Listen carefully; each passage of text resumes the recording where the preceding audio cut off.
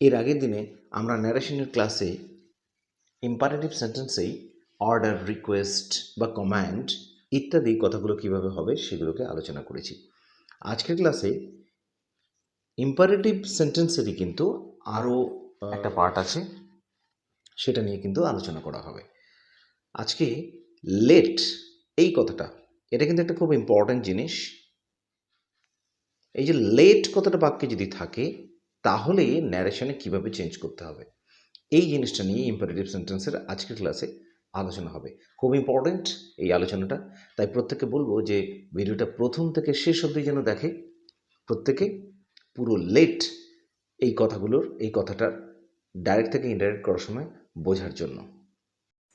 চ্যানেলে যারা নতুন আছো তাদেরকে বলছি চ্যানেলটাকে সাবস্ক্রাইব করতে এবং আমাদের পাশে থাকতে।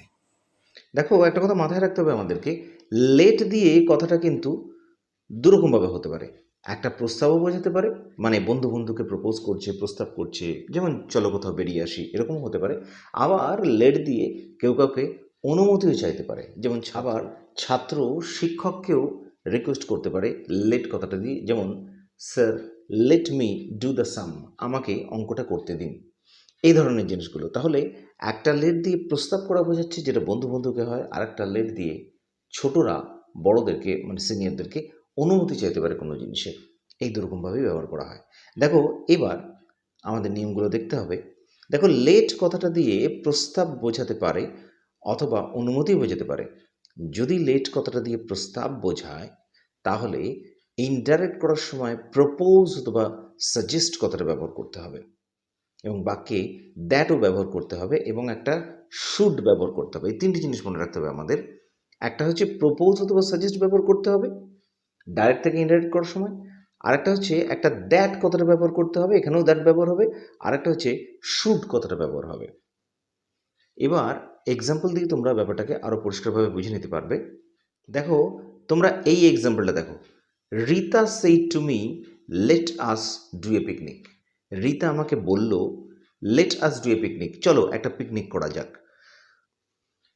তাহলে এই ধরনের কথাটা দেখো, let us do a picnic, এই যে পোর্শনটা রিপোর্টেড স্পিচে, এইটা আমরা শুনেই বুঝতে পারছি যে কোনো বন্ধু একজন বন্ধুকে প্রস্তাব করছে বা সাজেস্ট করছে যে চলো পিকনিক করা যাক। তাহলে এক্ষেত্রে আমরা প্রপোজ অথবা সাজেস্ট ব্যবহার করব এবং সেখানে একটা শুড ব্যবহার করব। দেখো, এবার অ্যান্সারটা দেখো যে কীভাবে এটা করা যেতে পারে। দেখো, এবারে অ্যান্সারটা দেখো, এখানে এভাবে করা হয়েছে, রিতা সেইড টু মি। তাহলে রিতা আমাকে বলল, এই জায়গায় আমরা প্রপোজ অথবা সাজেস্ট ব্যবহার করবো, কারণ সেইড টু কথাটা মানে বোঝা যাচ্ছে যে আমাকে প্রস্তাব করছে কোনো একটা বন্ধু, রিতা আমাকে প্রস্তাব করছে। তাহলে রিতা প্রপোজড টু মি, এইভাবে লিখতে হয়, প্রপোজড, তারপর একটা টু দেবে, তারপরে মি, আমাকে, এই আমাকে, মি মানে আমাকে। তাহলে রিতা প্রপোজড মি, একটা দ্যাট যোগ হবে, আমরা আগেই বলেছি দ্যাট। দেখো, এখানে let us do a picnic মানে যখন কেউ একজন বলছে, এই যে আমি, আমি কথাটা আমাকে, এই যে মি মানে আমাকে বলছে, অর্থাৎ আমি কথাটা যখন পরে বলছি তখন আমরা বলছি, তখন রিতা আমাকে পিকনিক করতে বলেছিল, এই যে এই কথাটা বলেছিল, let us do a picnic, চলো পিকনিক করা যাক, মানে আমরা সবাই মিলে। সেই কারণে এখানে ইনডাইরেক্ট করার সময় এটা হলো, Rita proposed me that we should do a picnic.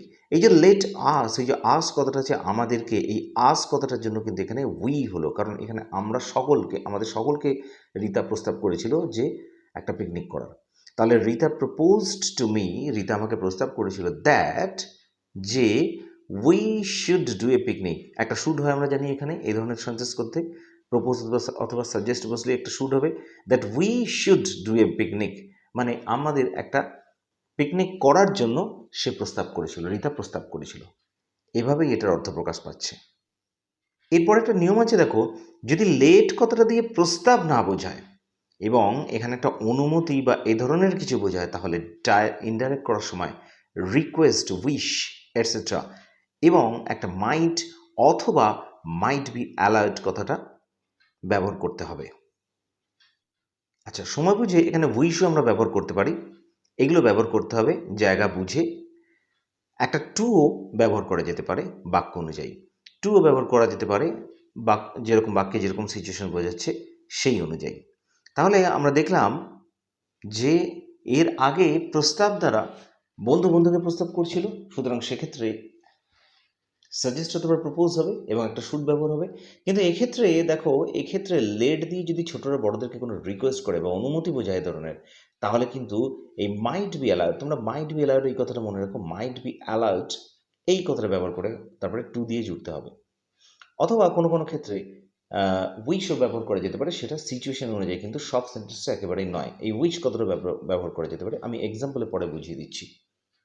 আর তার সাথে এবং এই বাক্যে একটা টু ব্যবহার করা হবে। এবার এক্সাম্পল দেখো, দেখো এখানে প্রশ্নতে আছে Ramesh said to his teacher. Ramesh একজনের নাম, তার শিক্ষককে বলল please let me tell the story, আমাকে গল্পটা বলতে দিন। তাহলে এখানে আমরা শুনে বুঝতে পারছি যে রমেশ টিচারের কাছে অনুমতি চাইছে যে আমাকে গল্পটা বলতে দিন, অনুমতি চাইছে। এক্ষেত্রে আমরা ট্রান্সলেশনটা করব। এখানে দেখো, এখানে আমরা করেছি Ramesh requested his teacher that he might be allowed to tell the story.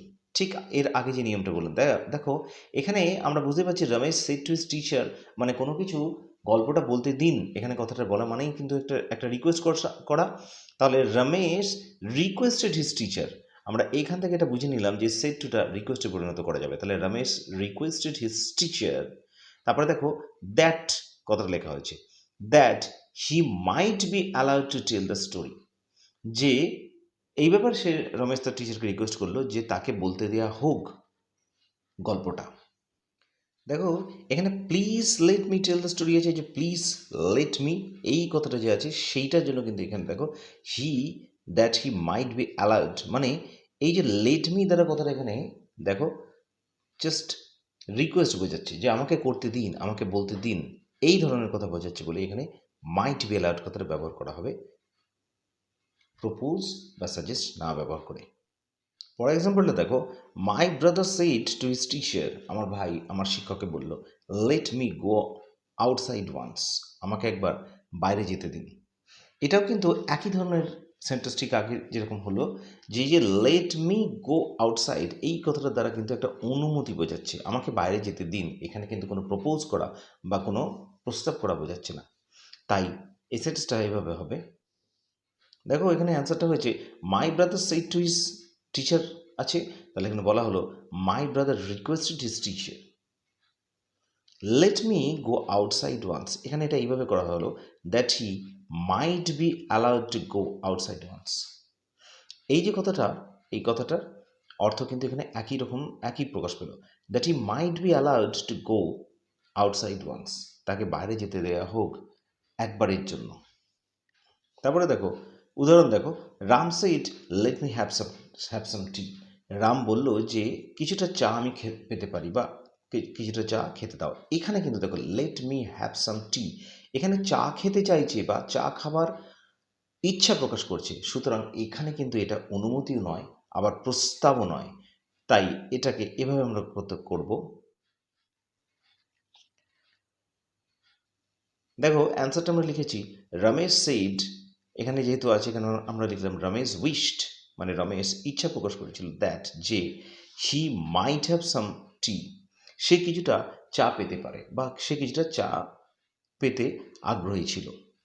এখানে দেখো মাইট হ্যাভ কথাটা ব্যবহার করা হয়েছে, মানে লেটের জন্য কিন্তু এখানে মাইট হ্যাভ কথাটা ব্যবহার করেছে, অর্থাৎ এটা এই কারণেই ব্যবহার করা হলো যে মাইট হ্যাভটা অ্যাকচুয়ালি কারোর অনুমতি চাইছে না, এখানে একটা ইচ্ছা প্রকাশ করার কথা ইচ্ছা প্রকাশ করা হয়েছে, যে কারণে মাইট হ্যাভ ব্যবহার করা হলো এখানে। একইভাবে এই উদাহরণটা দেখো, এখানে আছে দেখো সি সেইড টু আস, সে আমাদেরকে বলল let us have some music, চলো কিছুটা মিউজিক এনজয় করা যাক বা কিছুটা গান বাজনা এনজয় করা যাক।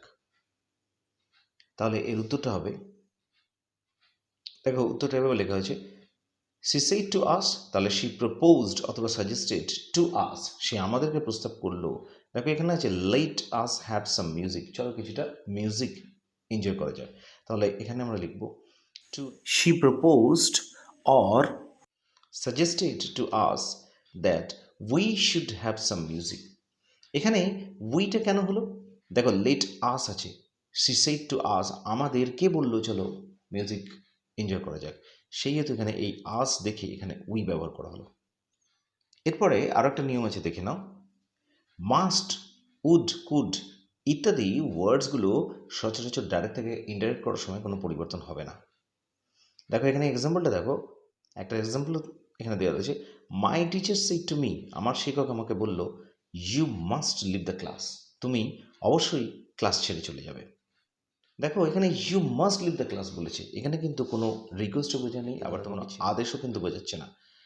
এবার আমরা ন্যারেশনটাকে এভাবে করব। দেখো এখানে আমরা এটাকে এভাবে লিখেছি, my teacher said to me, আমার শিক্ষক আমাকে বলল, you must leave the class. দেখো my teacher said to me, এই সেড টু কথাটা এখানে মাই টিচার আমরা লিখেছি টোল্ড মি, আমাকে বলল, এখানে মিটা মি থেকে যাবে, আমাকে বললো। তারপরে দেখো you must leave the class, এখানে একটা দ্যাট ব্যবহার করা হয়েছে, দ্যাট ব্যবহার করে ইউ এর জায়গায় আই করা হয়েছে। তার কারণ হচ্ছে দেখো এখানে সেড টু মি মানে আমাকে, সেই হতো এখানে my teacher said to me, তাহলে my teacher told me that, দেখো you must leave the class, এই যে ইউ দ্বারা কাকে বোঝাচ্ছে, ইউ দ্বারা বোঝাচ্ছে আমাকে, এই যে আমি কথাটা বলছি আমাকে বোঝাচ্ছে, সে কারণে এখানে দেখো ইউটা সেভাবে এখানে লেখা মাই teacher told me that I, এই ইউটা আই হয়ে যাবে, কারণ আমাকে ঘর থেকে চলে যেতে বলেছিল, তাহলে ইউটা আই হয়ে গেল। তাহলে my teacher told me that I, তারপরে মাস্ট লিভ দ্য ক্লাস, এখানে এটা ঠিক যেমন মাস্ট লিভ দ্য ক্লাস আছে ঠিক তেমন এখানে বসে যাবে একইভাবে। এবারে এই এক্সাম্পলটা দেখো, I said to my friend, আমি আমার বন্ধুকে বললাম, could you please give me your pen, তুমি কি তোমার পেনটা দয়া করে দিতে পারো। দেখো এখানে রিকোয়েস্ট বোঝাচ্ছে, তাহলে আমরা এভাবে লিখবো সেন্টেন্সটাকে। দেখো সেন্টেন্সটাকে আমরা এভাবে লিখেছি, I said to my friend, তাহলে আই রিকোয়েস্টেড মাই ফ্রেন্ড, এটা রিকোয়েস্ট বুঝলাম এই কারণে, could you please give me your pen, মানে তুমি কি তোমার পেন আমাকে দিতে পারো, ঠিক এভাবেই লেখা আছে, এই কারণে আমরা দেখে বুঝলাম যে এটা রিকোয়েস্ট ইউজ করতে হবে। তাহলে আই রিকোয়েস্টেড মাই ফ্রেন্ড, আমি আমার বন্ধুকে অনুরোধ করলাম, তারপরে দেখো টু, তারপরে গিভ, তাহলে টু গিভ মি, এখানে ইয়োর পেন বলতে এই যে ফ্রেন্ডের পেন সেটা বোঝাচ্ছে, মাই ফ্রেন্ড এই ফ্রেন্ডের পেন এটা, তাহলে I requested my friend to give me his pen, এই যে ইয়োর পেন কথাটা কাকে বোঝানো হচ্ছে, এই যে ইয়োর পেন বলতে বোঝানো হচ্ছে এই ফ্রেন্ডকে বোঝানো হচ্ছে, তাহলে ইয়োর পেন, সেহেতু এখানে লেখা হলো to give me his pen. Students, এটা এই ডিসকাশনগুলো দিয়ে নিশ্চয়ই তোমাদের কনসেপ্ট অনেক ক্লিয়ার হয়ে গেছে ন্যারেশনের ব্যাপারে। বাকি ন্যারেশনের যে ক্লাসগুলো রয়েছে সেগুলো দেখতে পরপর আমি সকলকে অনুরোধ করছি। এবার দেখো এই যে এক্সারসাইজটা আমি তোমাদের এই প্র্যাকটিসের উদ্দেশ্যে এইটা দিলাম, এর উত্তরগুলো কি হবে দেখো, আমি একটু ডিসকাস করে আমি বলে দিচ্ছি। হি সেড টু মি, সে আমাকে বলল, let us go to Kolkata today, চলো আজ কলকাতা যাওয়া যাক।